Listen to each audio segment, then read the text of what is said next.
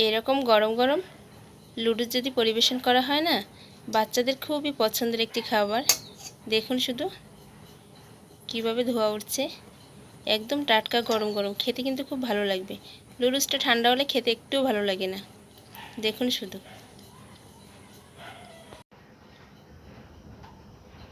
আসসালামু আলাইকুম, আফসানা ভিলেজ আপনাদের সবাইকে স্বাগত জানাই। বন্ধুরা, আপনারা সবাই ভালো আছেন? আমরা সবাই ভালো আছি। আমার নতুন বন্ধু, পুরনো বন্ধু যারা যারা আমার ভিডিওটা দেখছেন তাদেরকে অসংখ্য অসংখ্য ধন্যবাদ। দেখুন, এখানে আমি নিয়েছি লুডুস। আজ আমি লুডুসটা কিভাবে রান্না করি দেখতে থাকুন, সঙ্গে থাকুন। আশা করছি দেখে আপনাদের ভালো লাগবে। আমি এখানে গামলার মধ্যে একটা পানি বসিয়ে দিয়েছি।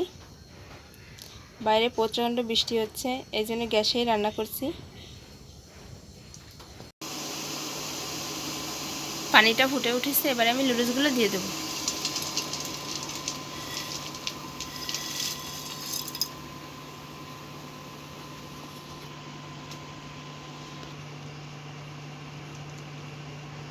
তিন মিনিটের মতো হয়ে গেছে, লুডুসটা আমার ভালোভাবে সিদ্ধ হয়ে গেছে। এবার আমি নামিয়ে নেব। কড়াইটা ভালোভাবে গরম হয়ে গেছে, এবার আমি দিয়ে দেবো সাদা তেল।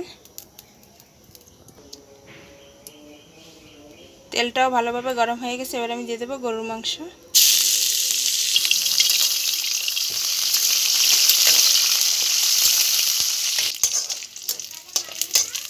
গরুর মাংসটা আমি ভালোভাবে ভেজে নিয়েছি। এবারে দিয়ে দেবো কাঁচা ঝাল পেঁয়াজ, সামান্য একটু লবণ,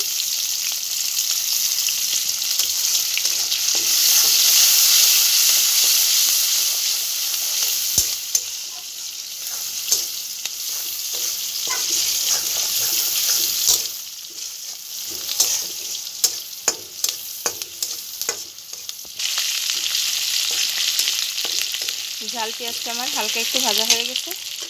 এবারে আমি একটা ডিম দিয়ে দেবো।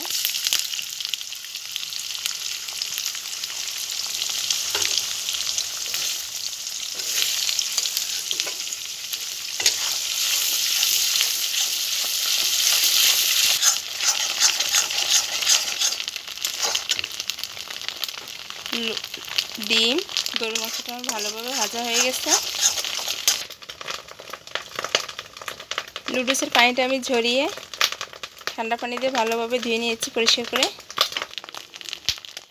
এবার আমি লুডুসগুলো দিয়ে দেবো।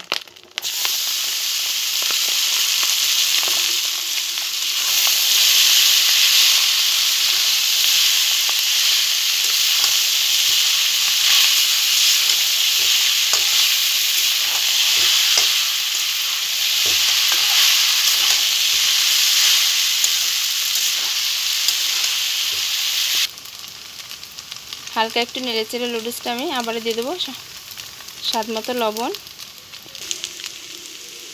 এবারে লুডুসের মশলাটা দিয়ে দেবো।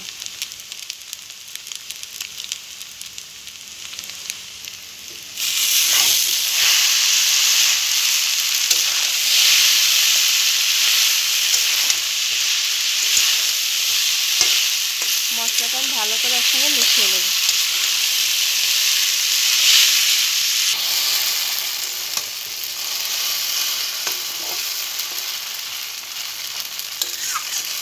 লুডুসটা আমার রান্না হয়ে গেছে, এবার আমি চুলা থেকে নামিয়ে আপনাদের পরিবেশন করে দেখাবো।